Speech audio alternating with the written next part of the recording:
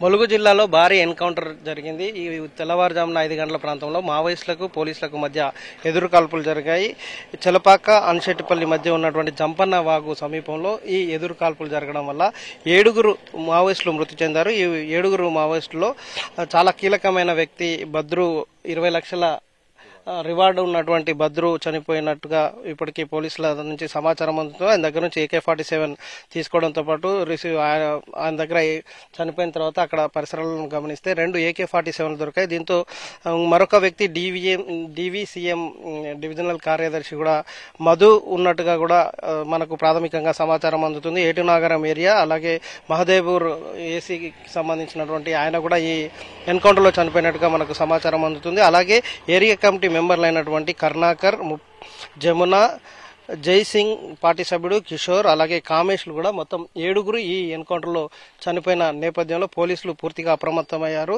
ఎవరిని కూడా సంఘటనా స్థలానికి పోనీయకుండా ప్రస్తుతం మనం ఉన్నటువంటి చెలపాక సమీపంలో 3 కిలోమీటర్ల దూరంలో పోలీసులు ఎవరిని అనుమతించట్లేదు. చెలపాక గ్రామస్తులను మాత్రమే, వాళ్ళు వివిధ అవసరాల కోసం బయటకు వచ్చిన వాళ్ళని మాత్రం వాళ్ళ ఐడి కార్డులు చూసి గ్రామస్తులను మాత్రమే పంపిస్తున్నారు. మీడియానంతా సుమారుగా 5 నుంచి 6 కిలోమీటర్ల దూరంలోనే ఆపివేయడం జరిగింది. ఉదయం 5 నుంచి 7 గంటల మధ్య జరిగిన సంఘటన తర్వాత ఉన్నతాధికారులందరూ 8 గంటల ప్రాంతంలో సంఘటన స్థలానికి చేరుకున్నారు. స్వయంగా ఎస్పీ బైక్ మీద ఆ సంఘటన స్థలానికి వెళ్లిపోయిన తర్వాత కొద్దిసేపటి క్రితం స్థానికంగా ఉన్నటువంటి స్థానిక ఎస్ఐ తాజుద్దీన్ ఆధ్వర్యంలో ఇక్కడ ఉన్నటువంటి ఎంఆర్ఓలు అలాగే రెవెన్యూ అధికారులు కూడా పంచనామా కోసం తరలించడం జరిగింది. పంచనామా కొనసాగుతున్న నేపథ్యంలో ఆ పంచనామా పూర్తయిన తర్వాత మీడియాని అలో చేస్తామని చెప్పిన నేపథ్యంలో మావోయిస్టుల కవ్వింపు చర్యకు ప్రతీకారంగానే జరిగినట్టుగా ఇక్కడ ప్రచారం జరుగుతున్నటువంటి పరిస్థితులు కూడా కనిపిస్తున్నాయి.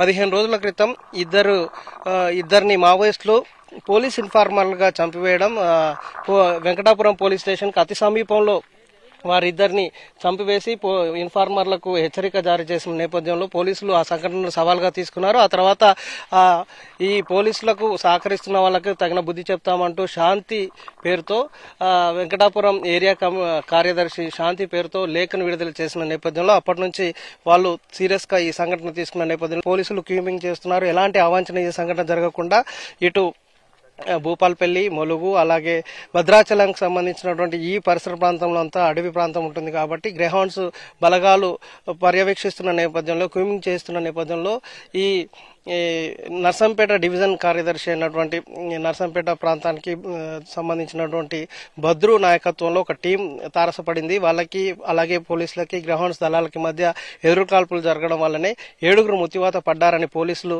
చెప్తున్నా. ఇక్కడ ఈ సంఘటనకు సంబంధించి కొంత అనుమానాలు అయితే వ్యక్తం చేస్తున్నటువంటి నేపథ్యం కనిపిస్తుంది. చాలా రోజులుగా ప్రశాంతంగా ఉన్న పల్లెలు కాస్త మళ్లీ ఎన్కౌంటర్లు అలాగే ప్రతీకార ఇచ్చతో జరుగుతున్నటువంటి దాడులు, ఇన్ఫార్మర్ల నేపథ్యంతో మావోయిస్టులు దాడి చేసి ఇద్దరిని చంపేసిన నేపథ్యంలో ఇటు దానికి సంఘటన జరిగిన 15 రోజుల్లోనే ఎన్కౌంటర్కు పాల్పడిన నేపథ్యంలో చాలా మంది ఏజెన్సీ ప్రాంతంలో ప్రశాంతంగా ఉంది. ఇప్పటి వరకు దాదాపు 10 ఏళ్లుగా ఎలాంటి సంఘటనలు లేవు, ఎన్కౌంటర్లు కానీ లేకపోతే మావోయిస్టుల ఘాతకం కానీ లేని నేపథ్యంలో మరొకసారి ఈ 2 సంఘటనలు జరగడం వల్ల ఏజెన్సీ ప్రాంత వాసులు కొంత భయపడాల్సిన పరిస్థితి కనిపిస్తున్నాయి.